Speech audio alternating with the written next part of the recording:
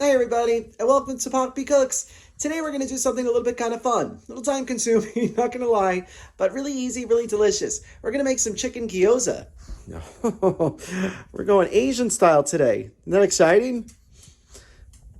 Lula's not impressed. But just keep watching, see how we make it. Okay, to start, you need 1 pound of finely ground chicken.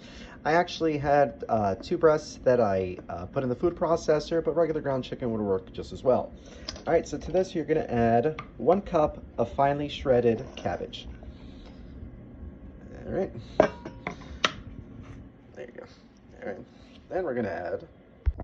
Okay, so next you're going to add 1 egg, some salt to taste, half a teaspoon of ground ginger, a 1/4 cup of chopped scallions, 2 tablespoons of soy sauce, low sodium if you got it, and 1 tablespoon of sesame oil. All right, get that in there. All right, now you're gonna mix this thoroughly. You're gonna have a nice looking paste mess. So once you got your chicken filling all mixed together, you're gonna need a small cup of water and your wonton wrappers. Now you can make these yourself. It's pretty much your basic pasta recipe, but you could buy these in your local supermarket, and they're so much easier to use. A lot faster, and like I said, a lot easier. So what we're gonna do is we're gonna take a little bit of the stuffing. All right, you don't want to put too much, but you also don't want it to be too chintzy either, because you actually want to taste what's in there, right? All right, so we got that in the middle. All right, so now we're going to moisten the outside edges.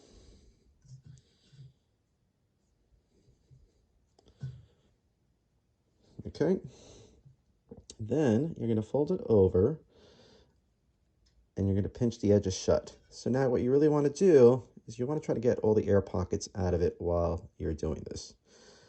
All right, so see, so we're pretty much done here, but if you want, you get creative. You could fold some of your edges here, make it extra cute and delicious. And there you have your little gyoza. Nice, right? Easy. Not too hard. All right, so now we got a lot more filling to use. I got a lot more wrappers left. So now I'm going to fill up the rest of them.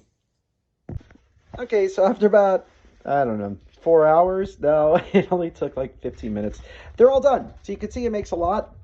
So unless you're having a gyoza party, which you're going to want to because they're delicious, these freeze beautifully. You could put them in a Ziploc bag, freeze them up to 3 months raw. But yeah, so because this recipe makes about 50. So I'm going to freeze half of these, then I'm going to show you how to cook the rest. All right, so here we go to the stove. Okay, so now to cook them, you want to get your saute pan. Make sure you have a pan that has a lid because you're going to need the lid.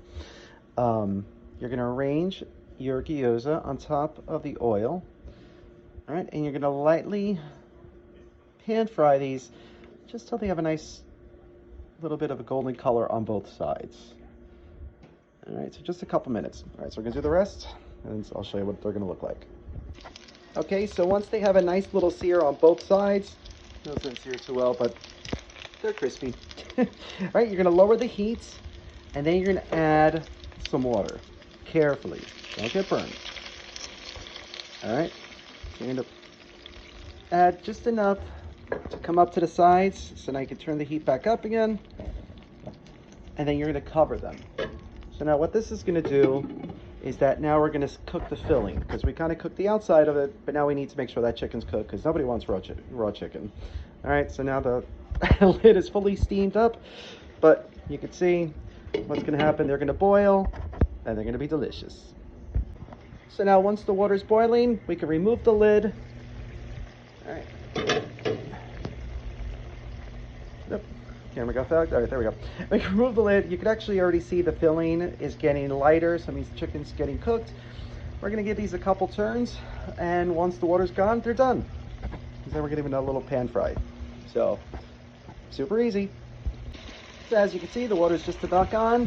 They're ready to serve now if you'd like, but I'm going to continue to cook them for a little bit just to crisp them up again, so they're not too mushy. But oh, they smell so good. Okay, so I've allowed these to cool for a little bit, but you can see, they crisped up again once the water was gone, And now we're gonna taste it. So I'm gonna dip it into a little bit of soy right here. Let's see. Mmm. So delicious. You got the chicken, the cabbage, the scallions, the ginger. It's all in there, beautifully wrapped up. Oh, so tasty, and really not that hard. So if you make these, let us know. Enjoy.